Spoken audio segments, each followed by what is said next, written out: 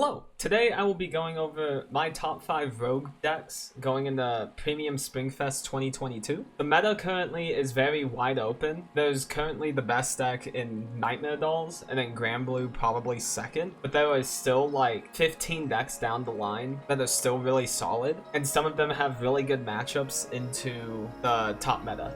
First up, we have Order Mega Colony. The whole premise of the deck is to call Shadow Cloak to be able to mill out Book of Armstronging or Lyrical Veil, and then riding into Fabricated Dragon of Ruination to be able to activate one of them for free, and then striding into Gridora and locking your opponent out of playing. So what this does is, because of Book, it gives you a lot of draw power and extra power during your turns that Mega Colony usually lacks. And due to Gridora being able to call out a grade 3, you can still get 5 attacks during your turn. And between the Book and Persona Ride, you'll be able to gain a bunch of power during your turn to hit a lot harder than most Mega Colony decks normally can. And because of the nature of Gridora locking people out of Superior Calling, it destroys Pale Moon and Granblue and prevents them from doing their normal game plan. This deck will probably catch at least 1 or 2 tops throughout Springfest due to how oppressive it can be into this current meta.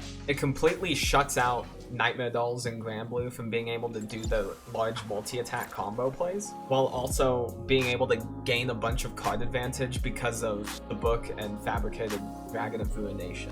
Mega Colony is probably the best stun deck in the game right now. And you know what else is stunning? You, when you hit that subscribe button and follow me on Twitter, Discord, and Twitch, and check out my website down in the description below. Stomping their way to number 2 is Tachikaze and the Engorge deck. You utilize Spino Driver to be able to generate a bunch of advantage early on to find pieces you need, and then on your first stride turn, you go into Gluttony Nebulos and do a large combo attack turn where you sacrifice a bunch of your own rear guards and then activate so many of their effects to where you turn into a huge multi-attack turn while restanding your Vanguard in the process. This deck is honestly really insane. It just doesn't really top because not many people play it, but it has almost everything going for it. You have an insane early game between Megarex and Bluespin and Regiodon being able to cheat out a bunch of rear guards early on, and then on your first stride is an insane combo turn to be able to easily get a lot of attacks in. And doing all of this, you just generate so much card advantage between Megarex and restanding Nebulos. The only issue with the deck is between drawing a lot of cards and equip gauging a bunch of your rear guards, you go through your deck very quickly. The biggest enemy for this deck is honestly itself, because it can deck out if you are not careful. Down in the description, there will be a large guide made by Card Dweeb. He is a Tachikaze fanatic, and he made an insane guide on getting started with Tachikaze, and you can find a lot of information on different plays and different ways to build your deck through there. So yeah, if you're super interested in it, then I highly recommend checking that guide out. Another deck that rose up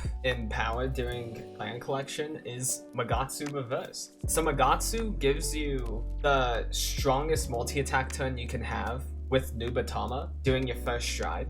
And you can play fairly aggressively due to the nature of the clan being able to bounce things back into your hand, so you can't get punished for it. And you just get to drive check so many cards with it. So with Magastu Reverse, you will be able to use its first skill during your first stride turn because of Jaku Meso being able to call it out mid-battle. And then you will have an additional 2 drive checks, so you'll be drive checking at least 5 times, more if you have more reverses. And even then, your Magastu Storm is fairly good too, because you can cheat it out with the new grade 1, and you'll be able to do the large multi-attack turn on your grade 3 turn without striding. So going first or second, this deck does very well on trying to make the big combo plays.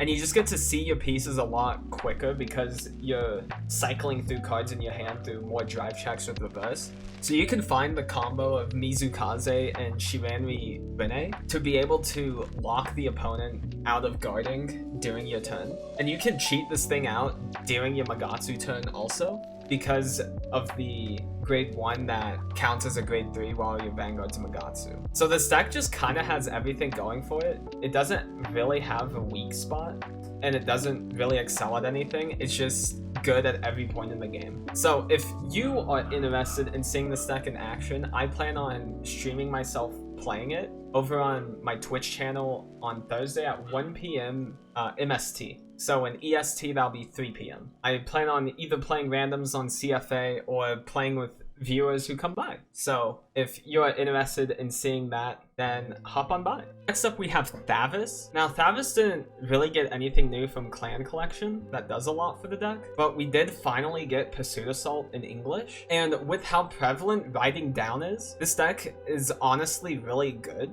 and should not be slept on going into this meta. So with Pursuit Assault's release, they have a much easier time finding pieces quicker before they need to go into the Lambros or Stride turns. And they have access to the Ride Down play where you go on Thavas and then go on to Lambros if you want first, and then you do Lambros' skill to Soul Blast out the Thavas and then ride back down to a grade 2. So then the opponent cannot get first Stride. And so you went first, got a strong grade 3 turn, and then you will get first Stride also. And your Strides are also fairly good. Genbold just gives you so much advantage and a fairly strong multi-attack turn. And then Alexandros becomes a really solid finisher later in the game. So this deck just pokes a lot at the opponent while clearing the field a lot of the time and being able to replace them with more cards in hand. So you just get to dig through your deck for more and more pieces to have stronger multi-attack turns.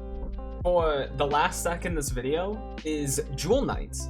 With the addition of Salome, Jewel Knights gain access to a very similar turn to Genesis and Regalia, where you get to swing with your Vanguard twice without losing really any drive checks. So because of Salome being able to work on Strides, you go into Crystal Luster, and then you still have access to the restand ability from Salome. So you can swing with Crystal Luster twice with Quad Drive. And then with how lean the Jewel Knight engine is, you'll be able to constantly recycle through your units and gain a lot of multi-attacks throughout your turn through Salome and Ashley. And the deck can play a fairly good early game because of cards like Sybil and Eunice, where you can slam them early on and then they can replace themselves, or Eunice's example goes back to hand while fueling your soul. So with all the soul costs, it's really easy to manage because of how much soul charge there is naturally in the deck. So this deck can do fairly well